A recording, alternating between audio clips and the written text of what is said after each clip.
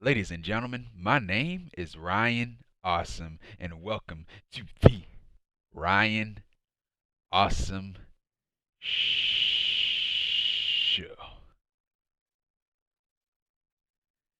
Now, today on the Ryan Awesome Show, in my beautiful home, we'll be talking about NXT for May 25th, 2021. Now, overall, man, with this show, man, it was good. It wasn't bad. It wasn't the best show. We did have some good matches on the show. The Kross versus Balor match was the best match on the show, and you had the Pete Dunne and Bobby Fish match was really good too. That women's match, the tag team women's match was really good too. And they're trying, they're building up to takeover in your house. So the storylines are progressing on this show, and so overall, man, it turned out to be a really good show. And so this is the NXT review for May 25th, 2021 on the Ryan Awesome Show. And if you haven't done this already, man, what are you waiting for, man? Hit the thumbs up. Hit the thumbs up. And if you're new here, hit that subscribe button. And right next to that subscribe button, there's a bell. Make sure you click on that bell so you'll be the first ones to know when my next video will come out, because I am here each and every single week. So make sure you subscribe to the channel. You hit the thumbs up, subscribe to the channel, turn on the bell for all notifications so you don't miss out. And so, yeah, man. So, yeah, we started off the show with a tag team match, and it was from the women's division. So it was Ember Moon and Shotzi Blackheart versus Dakota Kai and the NXT Women's Champion, Raquel Gonzalez.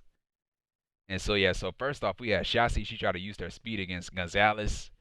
And then Gonzalez, she ended up using her power against Shotzi.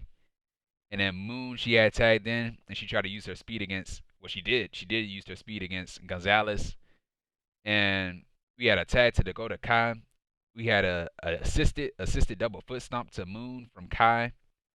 And we had a face buster. We had a face buster to Dakota Kai from Shotzi Blackheart, followed up by a cannonball to Dakota Kai on the ropes.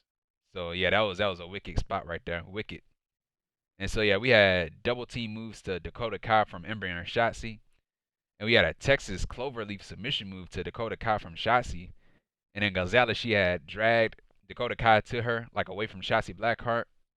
And so you had the commentary team, you had Vic Joseph and Beth Phoenix. They were arguing. Like they were saying that, you know, they weren't arguing with each other. They were arguing with Wade Barrett, and they were making a deal about, you know, them doing that move, Dakota Kai and Raquel Gonzalez doing that move. Raquel Gonzalez saving her partner and all that stuff. So they had a problem with that. And so, like, Wade Barrett was the only person that didn't have a problem with it. It was just Vic Joseph and Beth Phoenix. They had a problem with it. And I was like, why? It's a tag team match. You're supposed to that's tag team wrestling. You saving your partner from losing. That's the whole point of tag team wrestling. And so yeah, just like what Wade Barrett had said, it was chemistry, tag team chemistry. And so yeah, I don't know why they were arguing about that. It's a legal move. It's a legal move, so you can do that move. You just got to get out the ring at 5 seconds. And so yeah, so right after that we had a hot tag to Ember Moon. We had drop kicks and jabs to Gonzalez from Moon. And then Moon, she had a diving cold breaker to Gonzalez, which was a nice spot.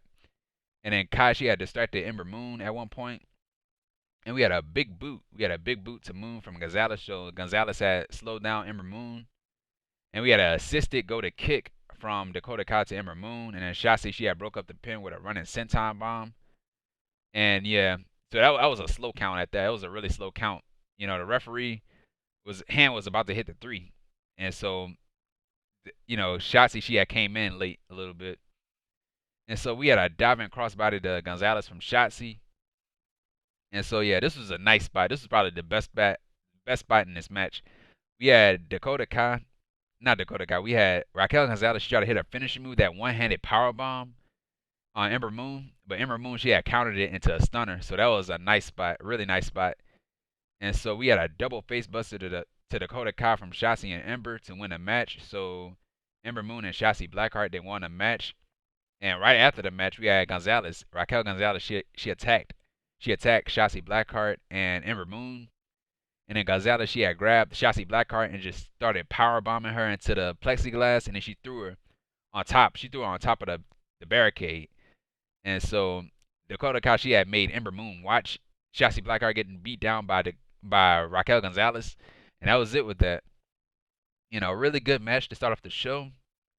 I didn't, I would have had Raquel Gonzalez and Dakota Kai won this match. I would have had them win the match instead of Ember and Shotzi, because Ember and Shotzi, they already had their tag team match with the Way. Their tag team title match with the Way, and they lost. They lost fair and square to the Way. So I don't know why they're getting another shot. And it's coming, because the commentary team, they just mentioned it, that whoever can win this match will be a contender for the tag team titles. And so Ember and Shotzi won the match. So that means that they're are the new number one contenders. And yeah, they just don't deserve it. They don't deserve a shot. They lost. They had their title match already and they lost.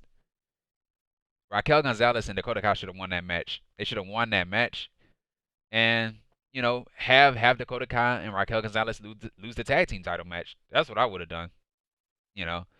But yeah, that was it with that. Really good match. I really would have went with Dakota Kai and Raquel Gonzalez winning the match. But yeah, that was it with that.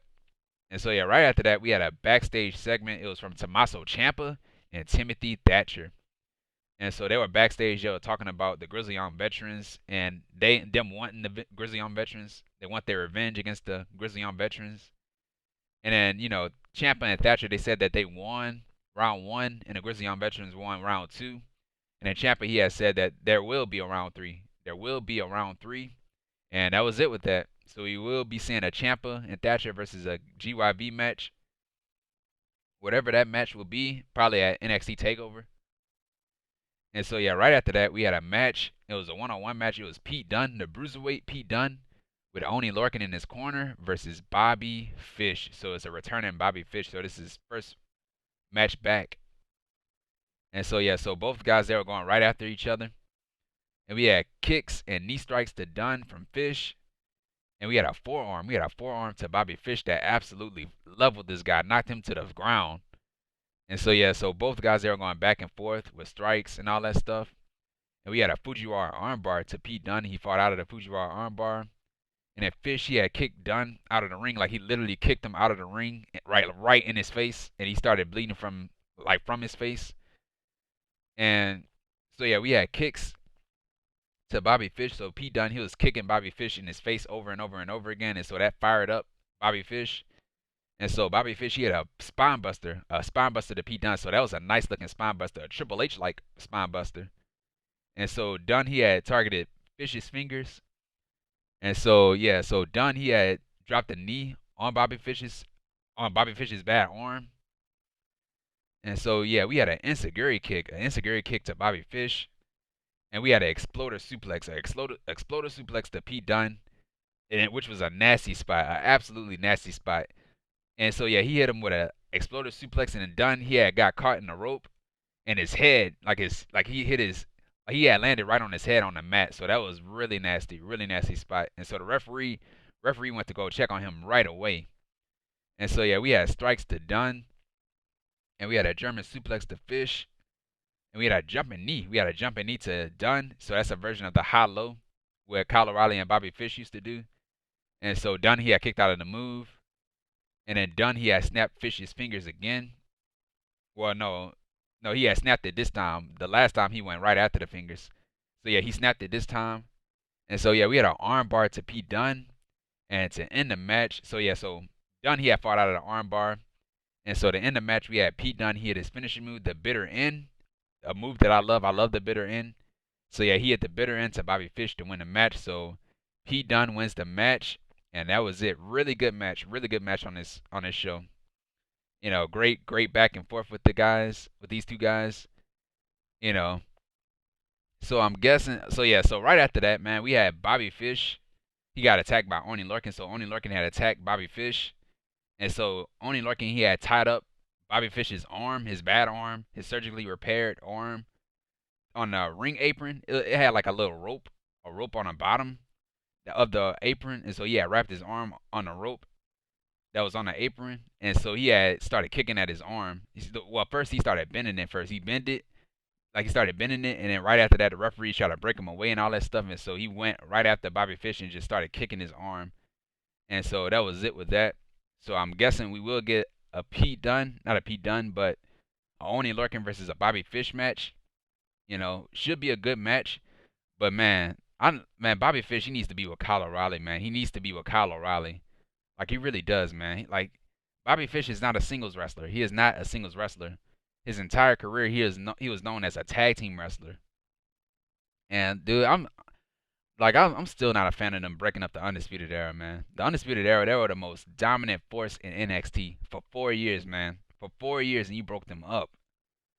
Like, dude, they were better together, man. They are better together than separate, man. Adam Cole is probably the only person that's gonna survive on his own.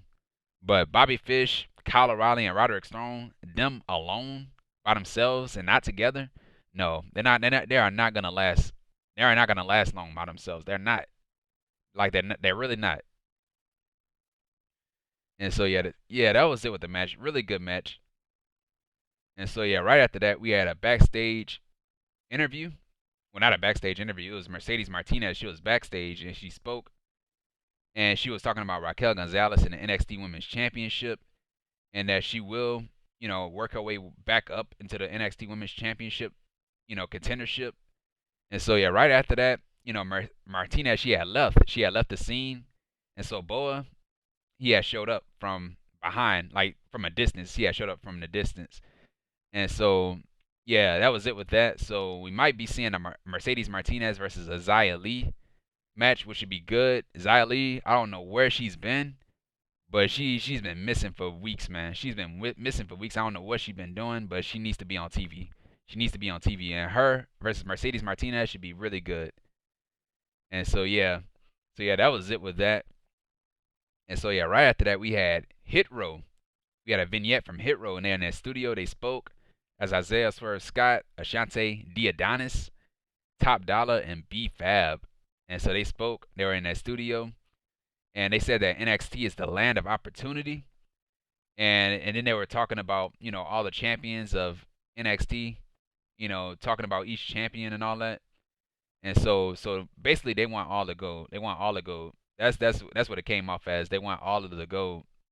And so which gold are they gonna go after? I'll probably send Isaiah Swerve Scott maybe after the NXT North American Championship. Well, nah, I don't know. As far as I'm concerned, man, nobody is taking that title off of Bronson Reed. So I'll probably send Isaiah Swerve Scott after the Cruiserweight title. He'll probably have a better chance of winning the Cruiserweight title than the North American Championship. I mean, you could send him after the North American Championship all you want, but he's not going to win the title. So I'll probably send him after Kushida in the NXT Cruiserweight Championship. And Ashante Adonis and Top Dollar send him after the Tag Team Championships. And B-Fab, I don't know how good she is in the ring, but if she's good, then send her after the NXT Women's Championship. So yeah, that was Hit Row.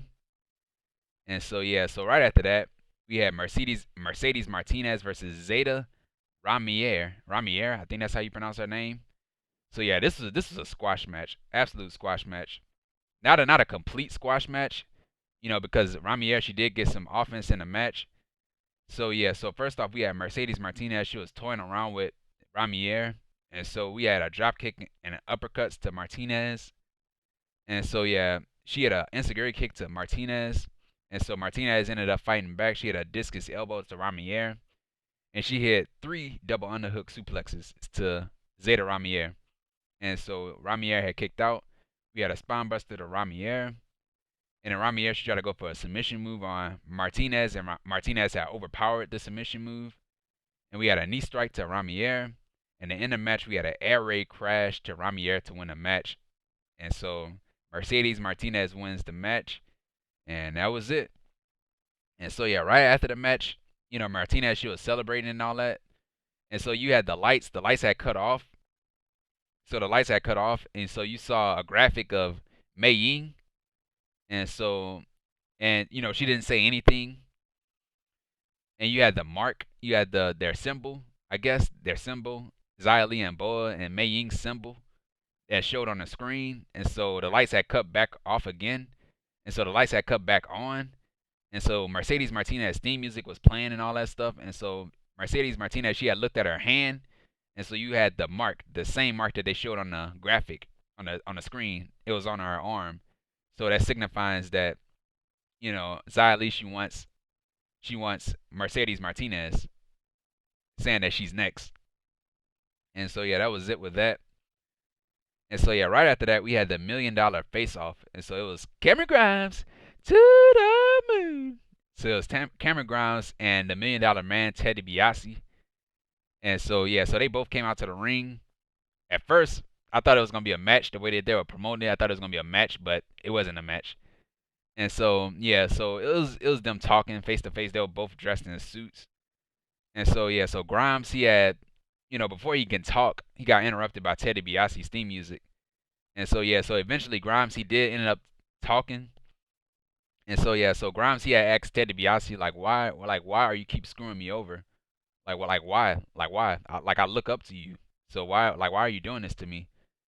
And so yeah, DiBiase, he said that he sees himself in Grimes. Like there's part of Grimes that he can see. That's parts of himself that he can see in Cameron Grimes. And so yeah, so DiBiase, he said that the reason why he is here, because he's looking for somebody that has the it factor, or somebody that can get the job done. And so yeah, so LA Knight, he interrupts with his theme music. And so yeah, so Knight, he was talking like he usually does, talk smack. And so yeah, he wants the services of Ted DiBiase.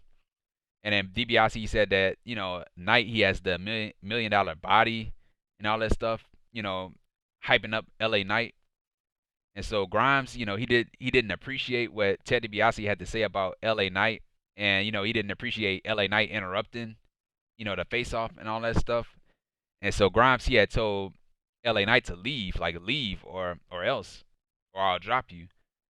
And so yeah, so Grimes, he had focused his attention back on DiBiase. And so Knight, he had dropped Cameron Grimes with his finishing move, that face buster. And so that was it with that. So DiBiase, he had laughed in Cameron Grimes' face with his signature laugh. And so he had told Grimes, kid, you just don't get it. You just don't get it. And so he had left the ring with LA Knight. Ted DiBiase did. And so at that point, I was like, LA Knight and Ted DiBiase?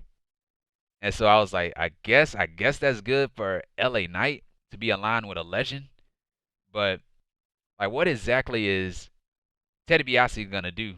Like, what exactly is he gonna do with LA Knight? Is he gonna speak for him?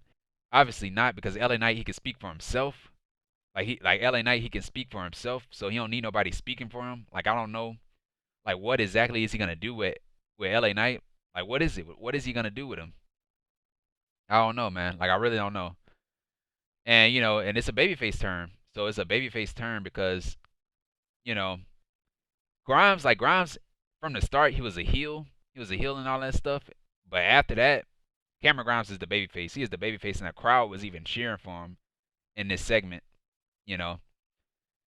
And so yeah, so that was it with that. Really, I really don't understand the pairing. Like I really don't. I don't know what Ted DiBiase is gonna do with LA Knight, but it is a great pairing. It's great for LA Knight because he's aligned with a legend. But then again, I don't know like what are they gonna do with him. But we'll find out though. We'll find out next week. And so yeah, right after that, we had a backstage segment. We had Indi Hartwell. She was backstage, one half of the NXT Women's Tag Team Champion. No Candice LeRae. So yeah, so Indi Hartwell, she was alone. She was by herself. She was backstage. She was looking for Dexter Lumis. And so yeah, because she think that Dexter Lumis still loves her. And so yeah, yeah, she was looking around for Dexter Lumis and all that stuff. And so she had interrupted Everrise, who were doing their social media show. And so Everrise, they were asking her like, "Hey, what are you doing? Why are you interrupting us during our show?" And so Everrise, they tried to pick a fight with Indi Hartwell, and so Drake Maverick had interrupted this, and so he tried to, he helped out Indi Hartwell, saying by telling her when the last place he saw Dexter Lumis, and so he had pointed into a room. He had pointed to the door. It was like a dark room, And so Indi Hartwell, she had went inside of the dark room. She went inside the dark room, and so Indi, the lights had cut on, like it was off at first, and it had cut on, and so she had saw drawings all over, the walls and all that stuff because Dexter Lumis again he doesn't talk, and so yeah, so it was drawings of Dexter Lumis and Indi Hartwell. So in the drawings, Dexter Lumis he was explaining himself, saying that he was heartbroken. He was heartbroken at what Indi Hartwell had said about him last week at that spa, saying that he was a loser and all that stuff. And so Indi Hartwell she felt bad about it, about how Dexter Lumis felt and all that stuff. And so she had left. She had left the room, and so that was it with that. Now, what's gonna happen now? What's gonna happen now? I don't know, but we'll find out. But yeah, that was it with that. And so yeah, right after that we had Frankie Monet versus Cora Jade. So yeah, man, we had not a lot of squash matches, but most of these matches on this show was squash matches. And so yeah, so it was Frankie Monet, who's making her in-ring debut, the former Taya Valkyrie versus Cora Jade. And so yeah, so Monet she was toying around with Jade, and so Jade had caught her with a pump kick. And so yeah, so Monet she started to get serious, and so she hit a Meteora, followed up by a hip attack, followed up by another Meteora to Jade. And so yeah, we had a knee strike to Jade, followed up by a clothesline. And then Monet again, she was fooling around with Jade, and so Jade had caught her with a leg sweep, a Russian leg sweep. And so yeah, so Monet she had hit a spear. She hit a spear to Jade, followed up by a blue thunder bomb to Jade.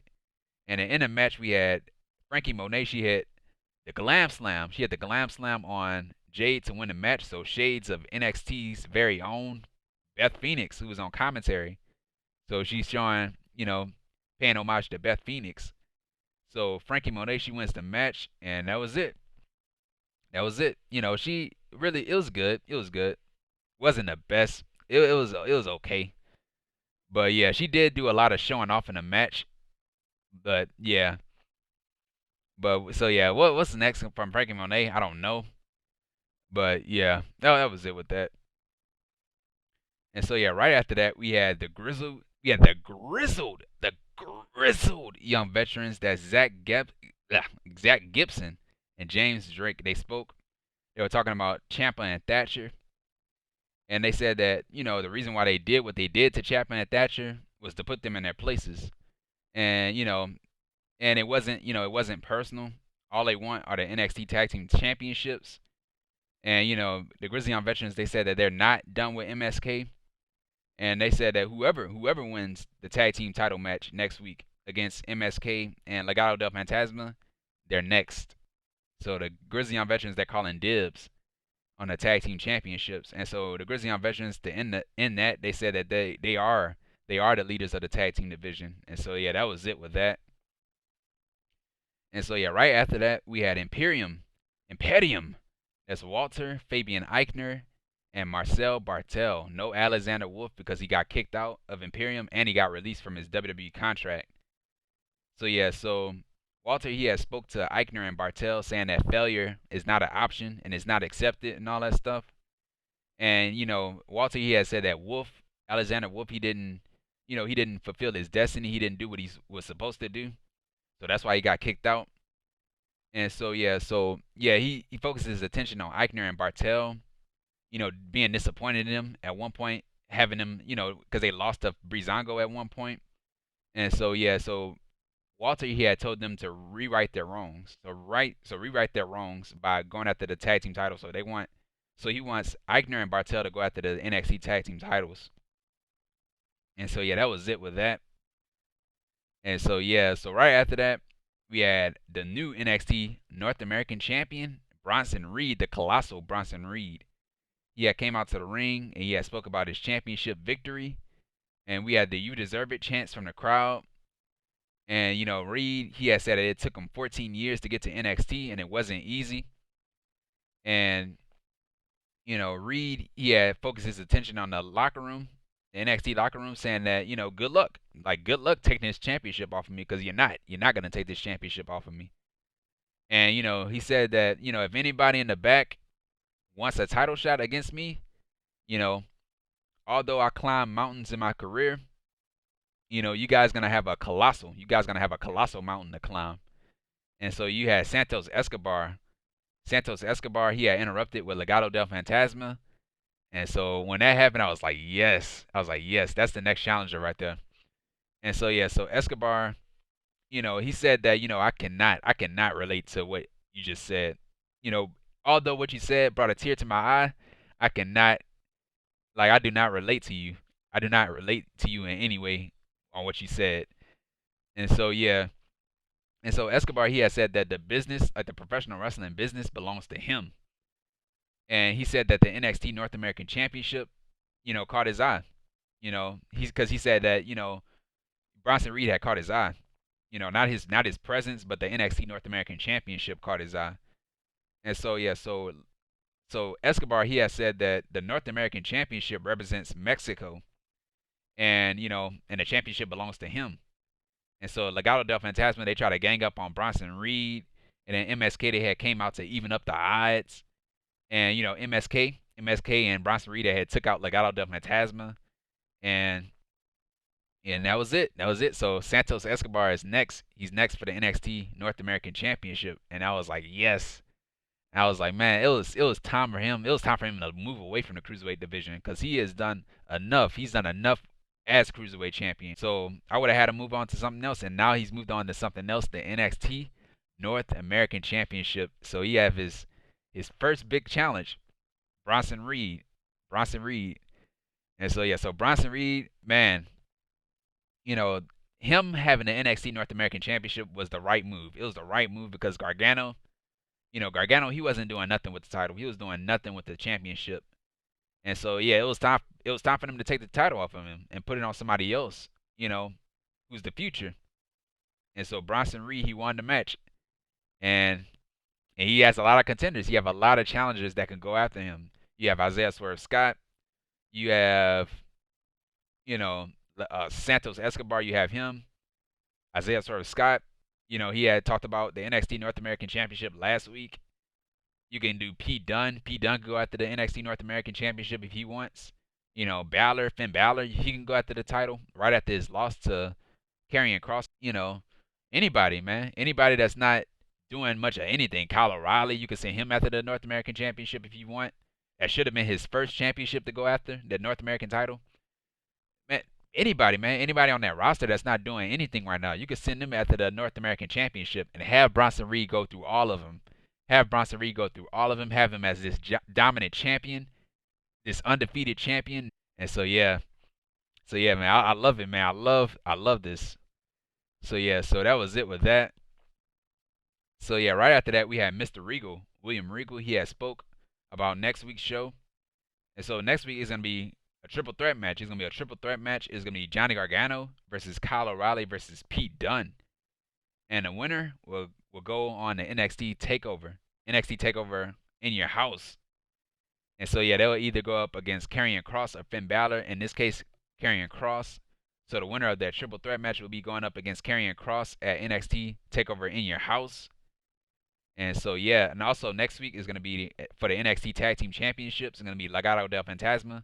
That's Joaquin Wilde and Raul Mendoza versus MSK, the NXT Tag Team Champions. That's Nash Carter and Wes Lee. So that's next week for the NXT Tag Team Championships. And so yeah, right after that was the main event. Which was the best match on the show, man. This match right here, and it was Balor versus Kross 2. That's what they hyped it up as, Balor versus Kross 2 or Kross versus Balor 2, whatever you want to call it. And it was for the NXT Championship.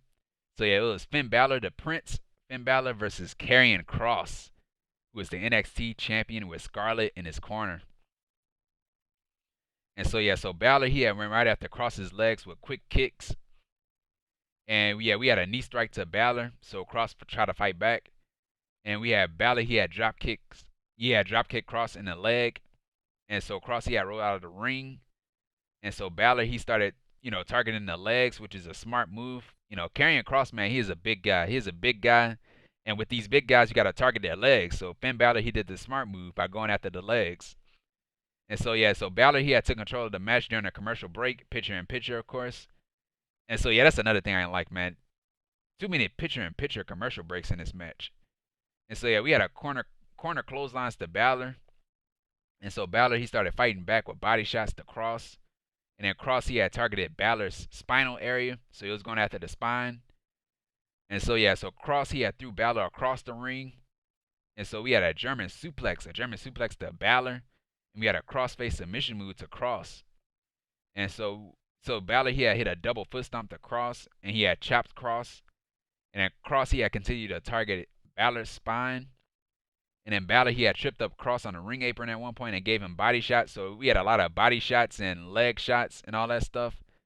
And so, yeah, we had a PK kick to Kross off the ring apron.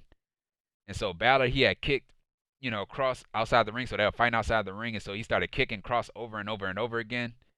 And so we had a big boot to Balor, followed up by a Northern Lights suplex to Balor, followed up by a clothesline. So that was a nice combo move right there. And so, yeah, so both of these guys, they were going back and forth with strikes. And so we had a running power slam. A running power slam to Balor, and he kicked out. And then Kross, Balor, he had hit Kross with a finishing move. Not his finishing move, but a submission. Not submission move, but a signature move. That, I guess that reverse DDT turned into an elbow drop to Kross. And then Kross had kicked out at one, and he had rose up and it got in Balor's face. And so, yeah, so Balor, he had countered Finn Balor's double foot stomp. Not the coup de grace, but the one he hits in the middle of the ring. And so, yeah, he had countered the foot stomp, and he had turned it into the straightjacket submission move, his submission move to Balor. And so Balor, he had grabbed the rope, and then Kross, he couldn't believe it. He was angry. And so, yeah, so Kross, they were fighting outside the ring. And so Kross, he had slammed Balor's head into the plexiglass over and over and over again. And so Kross, he had powerbomb. He had powerbomb Balor on the plexiglass on the outside of the ring. And so Kross, he tried to powerbomb Balor in the ring. He tried to do the same thing what he did outside the ring, inside of the ring. But Balor, he had countered it with a DDT. And so we had a sling blade to Kross. And we had a tope con hilo to Kross. And so Kross, he had got right back up off of that tope con hilo. He got right back up and just slammed. He had slammed Finn Balor on the table, on the announce table. And the table did not break. It didn't break at all. I thought the table was going to break, but it did not break. And so, yeah, so Balor, he tried to fight back over and over and over again. Balor, man, Balor in this match, dude, he did not want to stay down. He did not want it to stay down. He kept going after Kross.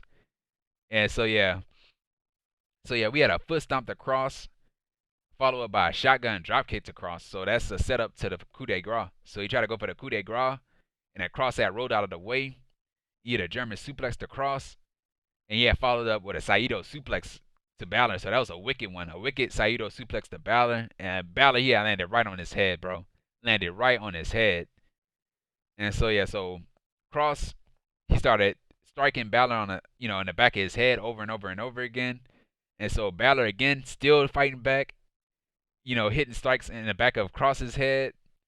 And so, yeah, we had a sleeper hold to Kross. So Balor, trying to one-up Kross on his submission move. So he locked in a sleeper hold to Kross. And he had turned it into a triangle choke. And so, yeah. So at that point, man, I thought Kross was about to pass out. I thought he was going to pass out at that point. So that, parts of this match made me believe that Balor was going to win this match. But yeah, so Kross, he had hanged on to the referee. So the referee was about to call for the bell. But Kross, he had grabbed at the referee's arm, trying to stop him. And so, yeah, so that gave Kross an advantage to overpower that triangle choke, and he had powerbomb Balor. So yeah, that was nice right there. And so yeah, we had Kross. He had his finishing move, that running forearm to the back of Balor's head. And so Kross, he did not go for the cover.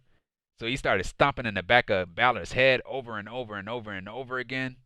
Because Balor, he did not want it to stay down. And Kross, he was getting upset. He was like, dude, stay down. Why you keep getting back up? Stay down. And so, yeah. He stomped on his head over and over and over again. And so to end the match, we had Kross. He had locked in his submission move, that straightjacket submission to Balor to win the match.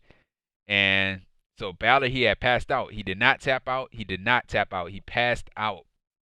So Karrion Kross wins the match and is still the NXT champion. So yeah, this was the best match on the show. Awesome match, man. Great back and forth. The intensity was there. The story was there, man. Balor trying to get his retribution, trying to redeem himself this time, but it didn't work. It did not work.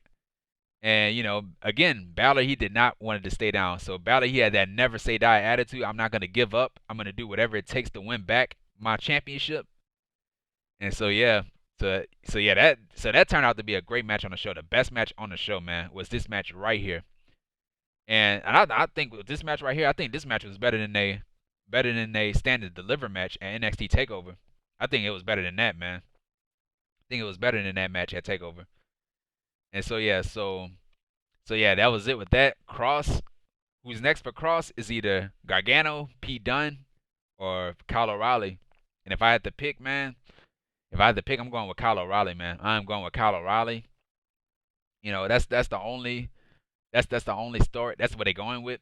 Is Kyle O'Reilly. You can't do Pete Dunne because he's a heel. You can't do Gargano because he's a heel. It got to be a babyface, and Kyle O'Reilly is that babyface.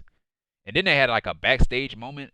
Kross and O'Reilly did at one point, like weeks and weeks and weeks ago. They were staring at each other, and O'Reilly, he wanted the NXT Championship.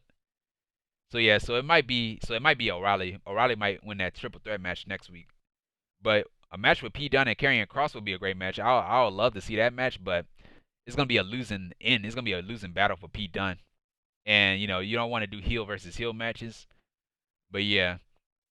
So Kyle O'Reilly is probably the only person that makes sense out of this because he's the babyface and all that. And you much rather have him lose than have these other guys lose to Kross. And so yeah, man, that was it with the show, man. Really, it was a good show. Wasn't the best show. Wasn't the best show. It wasn't a bad show. It was good. It was good. It was decent. And again, they're building up to Takeover in your house, building up these storylines. And of course, man, this match right here, the NXT Championship, was the best match on the show, man. Was the best match on the show. And yeah, man. And that was it, man. That was it with NXT, the NXT review for May 25th, 2021 on The Ryan Awesome Show. And yeah, man.